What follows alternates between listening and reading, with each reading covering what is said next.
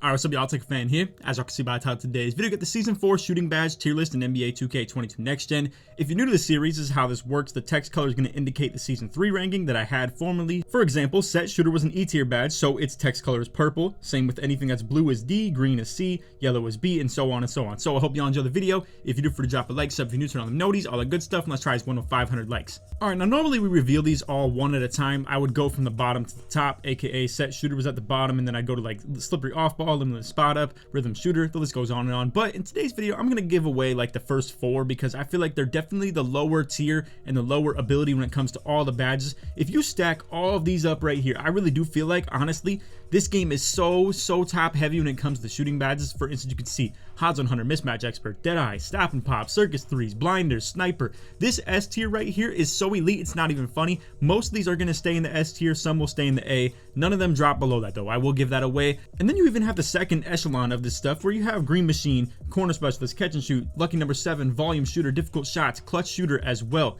So we'll talk about all that stuff when we get to it, but first and foremost, we're going to talk really quickly on the ones that we have revealed. So for slippery off ball, I would say this is more so just a badge I would run as an inside big man. It's pretty self-explanatory. I don't think it's worth using your shooting badge points on something that helps you move off ball, not even help you shoot the ball just in general. But for the people out there who like to play as an off ball dexing kind of pure sharp to an extent, I do understand why you would run it. It's just, even if you do run that, I don't think anybody can do it to the best ability. And regardless of you running the badge, off ball movement in this game is still good regardless of you using it. So personally, I feel like slippery off ball, a little bit overrated, but it is what it is. It's still a pretty solid badge to run an inside big man. And if anybody didn't know that was the case, if you make a rebirth inside big and you have 0 shooting badges, you actually get 1 out of 0. And if you have at least 40 mid range, you can put bronze slippery off ball on. So honestly, it's the only build I recommend doing that for. So on to the next one with set shooter. It's also another garbage badge, but I will make its case for one play style. If you're a slasher, yet you still have a little bit of 3-point rating upgraded on your build. Let's say you struggle to shoot the ball, you have 63-pointer or 73-pointer, whatever the case may be, and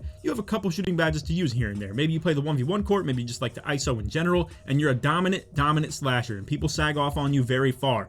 With set shooter, the longer you stand still, you're going to be able to boost your shot rating, and it's a pretty valid badge to run in that style. Now, the problem is nobody really does that, and rarely do you really run into anybody who's ever going to play by that style. But again, it's a valid idea for someone out there who is a dominant slasher, yet still has a little bit of 3-point rating upgraded on their build and has enough shooting badges to still equip this. Next up, we got rhythm shooter. Now, we're in season 4 of this right here, almost halfway through it, to be honest, actually. And with this, every single season I've been saying, when that Curry size up escape package drops, this badge will become viable. When people can do the Curry slide on demand every single time and then shoot off of it, that's when rhythm shooter will become valid. But it still is waiting for that. So currently, rhythm shooter is D tier if you ask me. But when that does become a thing, I think you will see a lot more people run this. It's never going to be like a B tier or above badge though, if you ask me. I think it just belongs in the C. Maybe it'll find its way into B tier with the Curry size up escape package. But honestly, I just think right now, as the game stands, I think rhythm shooter belongs in the D. It's not worth running your badge points on as a shooter. It just makes no sense to do so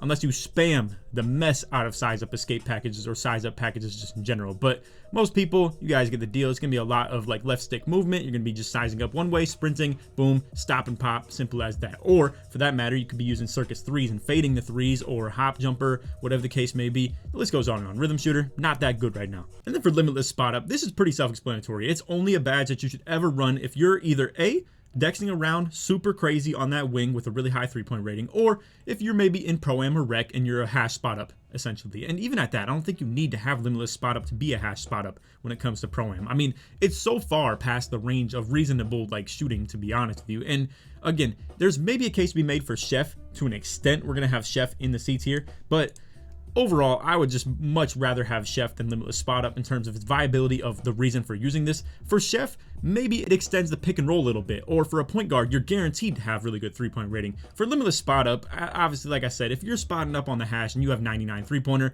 you're not doing the right thing. The ball should be in your hands if you got 99 3-pointer. I'll leave it at that. But again, limitless spot up, it's just too deep to be reasonable for just your average like park gameplay or anything like that. And for pro-am, there's a small case to be made for it, but you're not going to see most of the top hash guys in comp pro-am or anything like that using this by any means. You don't need to. I mean, you're plenty fine shooting with the rating that you have, as long as you have like 85 plus, shooting from a decent range on that hash. Now, if you want to be different with it, I understand. If you want to be like coming out here shooting from like 35, 36, then by all means go for it. But you're outside of hot zone range, I just don't think it's even worth using, just in general, if you ask me. Even we'll see a couple different people have a different perspective on that, though. It is what it is. So again, next up we have Chef. This is going to be the more ball handler oriented badge when it comes to shooting from deep rather than limitless spot up. So essentially with Chef, like I said, you're going to be extending the defense quite a bit. When you have to respect that shooter at the point guard position so much when he's shooting from so deep, it's going to open up kind of side defense to an extent where if he runs really aggressive off that screen, it's going to force the backside defender to step up really high. And at that point, you have so much room to work with your pick and roller. So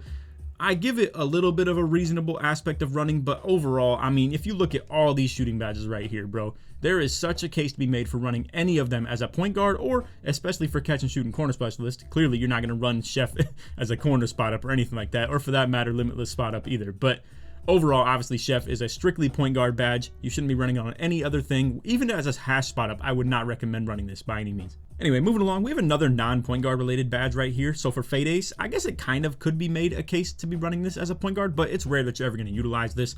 Shout out to people who do, though. So this is more so going to be tied to your mid-range rating. Obviously, with Fade Ace, it has to be post-fades, and obviously your post-fade rating is your mid-range. So overall, it's something that you'll maybe see in Pro-Am every now and then out of your corner if you have someone that doesn't have very high close shot, aka they can't do post hooks, and it leads you to doing post fades or Fade Ace related stuff in the first place. So overall, I think it's definitely a solid thing to run in Pro-Am. In terms of 2v2 and stuff like that, if you come out here with like double bigs, I understand it totally, but either way, I think post hooks are just better. So if you have the ability to post hook and you have the ability to like post fade, I would highly recommend the post hooks, especially if you're taller than the guy. If you are shorter though, I do understand why you would run like the fades and stuff like that. It's a little bit harder to hook over people that are taller than you. So if you are like a 6'7" to 6'9" build and you're trying to get a bucket out the corner on Pro-Am or on 2v2, if you're just like not in your conventional ISO style, then I will say I do understand maybe running Fade Ace, but overall it's not that great of a badge, especially considering all, like I said again, the shooting badges that are still left on this list. So I want you to get a good look at this stuff, bro.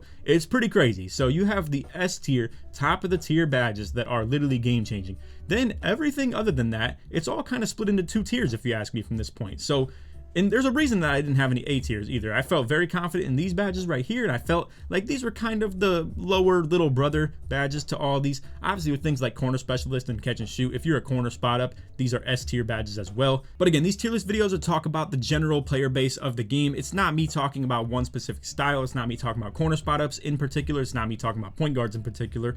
I'm just talking about the power of the badge and how good it is to be ran. Now, obviously you can make the case for the like how top heavy it is or the best case scenario. Again, I will 100% address the fact that corner specialists and catch and shoot are S tier badges for corner spot ups. You can even make the case for Lucky 7 being elite on the 2v2 court. You can make the case for difficult shots being elite on the 2v2 court. I'm balancing everything, whether it comes to 3v3, 2v2, rec center, Pro-Am, the list goes on and on. So essentially, I'm just talking in general, how good is the badge. Alright, so B tier is so packed that I actually had to make some of these texts smaller.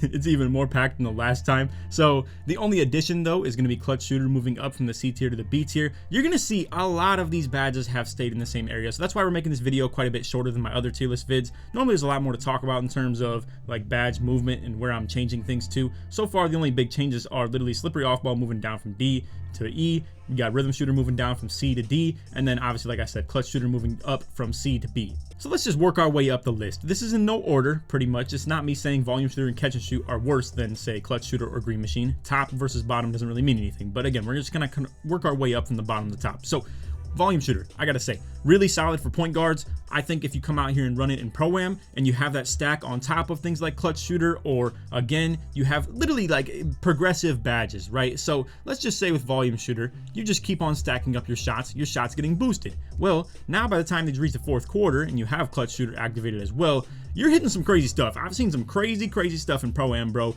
where dudes just come out here and hit like 40% fades late in the game, and it's all due to volume shooter and clutch shooter combined. I gotta say, even if it's only on like the silver level for both of these, they do add up 100%. Now from a park perspective, I think it's still good for point guards to be running. If you're in a ball dominant system where PGs like really are going crazy and you have a spot up and a big man, it's really as simple as that. I think volume shooter is a 100% must have badge on at least like bronze or silver for your point guard.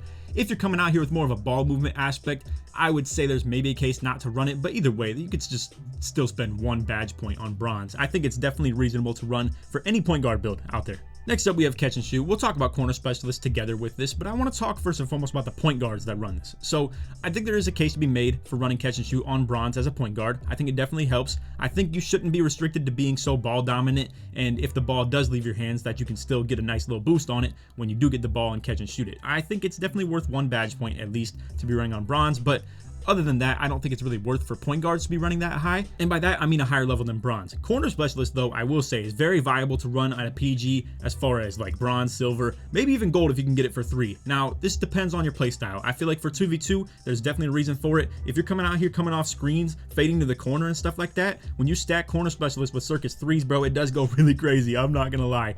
At least having this on bronze, I think is very key, once again, for point guards. If you are a corner spot up, though, or just in general a spot up, obviously catch and shoot is toward the top of your tier list in the S. Corner specialist for the corner spot ups is 100% toward the top of your tier list in the S as well. So just again, take that into consideration. It's pretty obvious, I feel like. But anyway, moving along, we have a couple 2v2 badges that I think are really, really viable. So one of them is going to be difficult shots. I think difficult shots is 100% its best possible value is going to be for 2v2. I think for Pro-Am, it's a little bit restricted. I think for Pro-Am, you're going to be seeing a lot more quick stops rather than mid-range fades. And then for 3v3, I feel like mid-range and just 2-point shots in general aren't really worth it. And if you are going to get a 2-pointer, it might as well be a dunk, whether that's a point guard or the pick and roll, whatever the case may be. But anyway, for 2v2 though, this is crazy. Like coming out here, coming off screen, fading to the mid-range or fading to the corner. I know difficult shots only helps the mid-range, but either way, you pair this with like running circus 3s or corner specialist, again, I think this goes crazy on 2v2. For Lucky 7, I feel the exact same way. The smaller the court and the easier the inbound, the more you can utilize Lucky number 7. If you are a point guard, or even if you come in at the 2 spot, if you can get open on that inbound, whether it's dexing to the corner or whatever the case may be, running Lucky number 7 is crazy on 2v2. For 3v3, I think it's still pretty good as well. And then for Pro-Am, it becomes a very tough scene. I'm not gonna lie. I don't think Lucky 7 is a Pro-Am badge. If you're playing like top tier competition who's running full court presses on you and stuff, you're gonna deal with literally like taking 5 seconds at least to get the ball up the court and into scoring range anyway, and you can only utilize this badge by the time the shot clock says 16. Or technically 17 needs to be what's red on your shot clock. And let's kind of use an example right here. Let's say you cross the half court line as a point guard and then you get fouled. Now, if you clear a certain point of that half court line, it's kind of vague. It varies based on Pro-Am, Park, like 2v2, 3v3, whatever the case may be. But most times, if you cross that half court line and you get fouled, it's not going to reset it all the way back to 24. It's only for behind the half court line. So when you cross that half court line and you do get fouled, let's say it was at like 16 seconds, it's not going to reset you any. Like, you have to have the shot off before the clock says 17 or below. So if it's 17 or higher, that means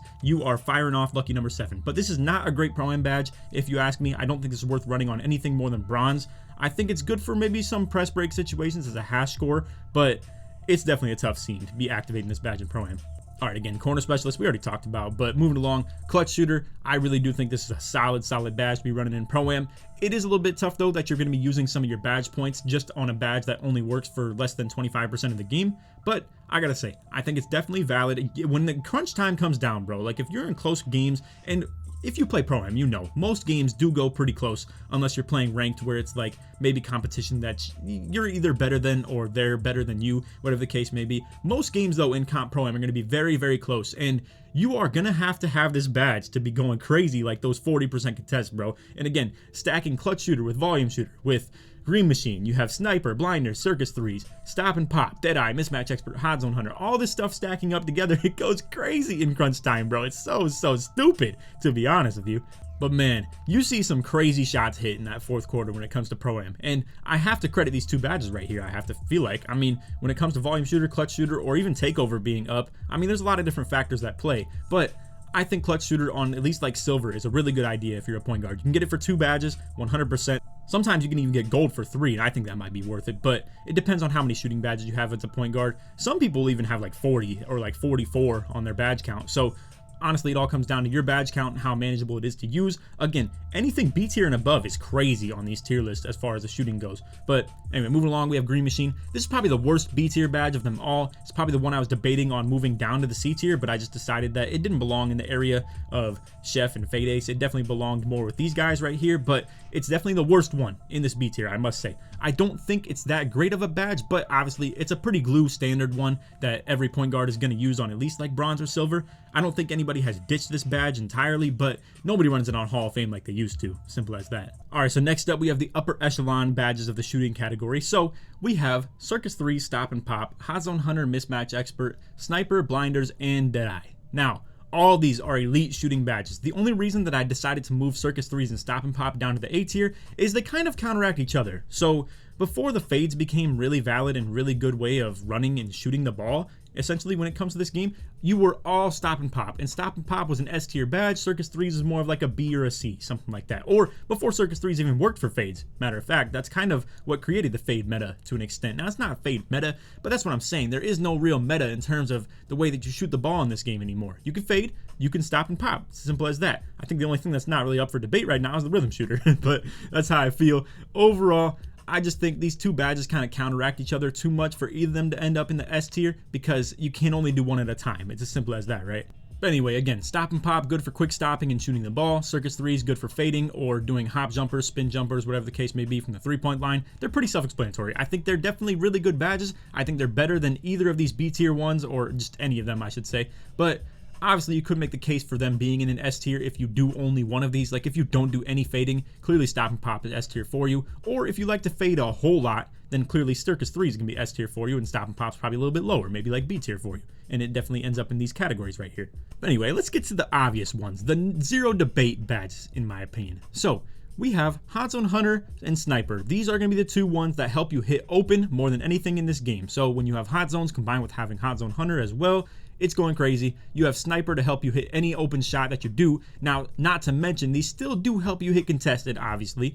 Any shooting badge is going to help you hit contested because it's going to be raising your percentage to just make the shot in general. But these ones are obviously going to be helping open. So let's talk about the strictly contest badges when it comes to the shooting. We have Blinders and Mismatch Expert, which actually drops the percentage of the contest on you. So if Blinders is activating, it means someone is a little bit to the side of you, and obviously it's dropping the contest because of that. Or you have Mismatch Expert, where if you're a significantly shorter point guard than the taller defender who's on you, then it's going to be dropping the percentage contest that they would normally get. Now with Deadeye, it helps you make contested shots. It doesn't drop the percentage of the person contesting you, but it helps you make things like 20s, 30s, 40s. Now 40s a little bit stretching it, to be honest, but you need everything firing off to hit like 40s in this game, bro. You need Sniper, Hot Zone Hunter, you need Clutch Shooter, Volume Shooter, Blinders, Deadeye, Mismatch Expert, all types of stuff like that, Stop and Pop. But again, I just want to talk about how Deadeye is only for helping you make contested shots, and Mismatch Expert and Blinders actually drop the contest, like visually. So if you shoot the ball and you're significantly smaller than the person defending you, then you're going to be dropping the contest that they get. Now, I want to talk about how I think Mismatch Expert is a little bit overrated. I think this is probably the worst one of all of these now. I truly do feel like that. I think that you can definitely hang as a taller defender if you're guarding an ISO or getting switched on the mismatch, whatever the case may be. I think you can hang with the smaller PGs 100%. The way that the left-right has been nerfed, and the fact that you can stay in front of people now and maybe you don't get combined with the Mismatch Expert, Blinders, Deadeye combo quite as much, I feel like you can definitely hang now. So me personally, I think if I had to rate this, I would say Sniper is the best shooting badge in the game. I think Hot Zone Hunter kind of plays a factor just because, again, you can make open and contested. Then Blinders is probably 3 to me, then Deadeye, then Mismatch Expert. And then I would probably say Stop and Pop, then Circus 3s. Everything else kind of up for debate. Anyway, that's all for the video. Hope you all enjoyed. If you did, feel free to drop a like, sub if you're new, turn on them noties, all that good stuff. And like I said in the intro, try us 1 to 500 likes. If you made it to the end of the vid, put shot in the comments to show support's made all the way through. And if you want to leave any feedback as far as what you think I got wrong or other differences you would make in the tier list, feel free to let me know. I feel like all this stuff is pretty self-explanatory though. I mean, there are such levels to this stuff. Like everything in the S through A tier is an elite shooting badge. Everything in the B tier is a very, very solid and good badge. I think C is like the outliers. They don't really belong to either of these two like conversations, I guess. And then for the D and below, they're pretty trash. But I mean, you can't say that they're useless either at the same time. But anyway, that's all for the video. Hope y'all enjoyed. Like I said, try us 1 to 500 likes. Other than that, take it easy, man. Peace.